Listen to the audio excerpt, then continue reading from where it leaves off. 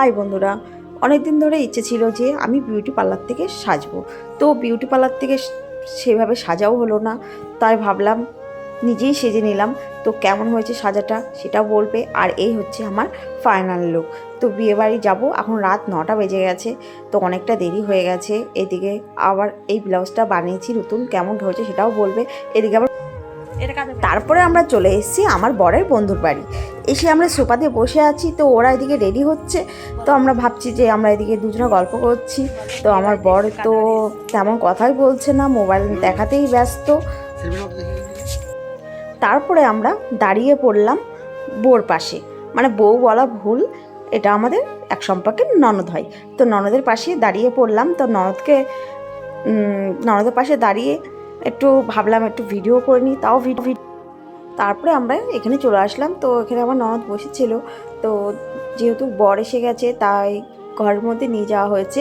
তো এখানটা লাইটিং ভালো ছিল। তো আমার বন্ধুর বউ দেখো ছবি তোলার জন্য বসে আছে, তো আমরাও একটু ছবি তুলে নিলাম। তারপর চলে গেলাম ফুচকার স্টলে।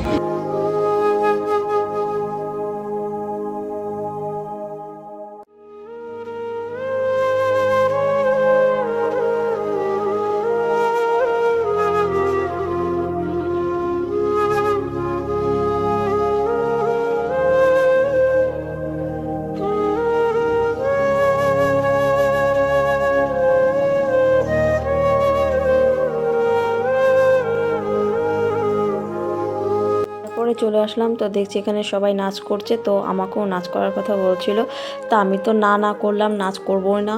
তা আমার বর আবার বললো যে যাও, সবাই নাচ করছে, যাও একটু নাচ করে আসো।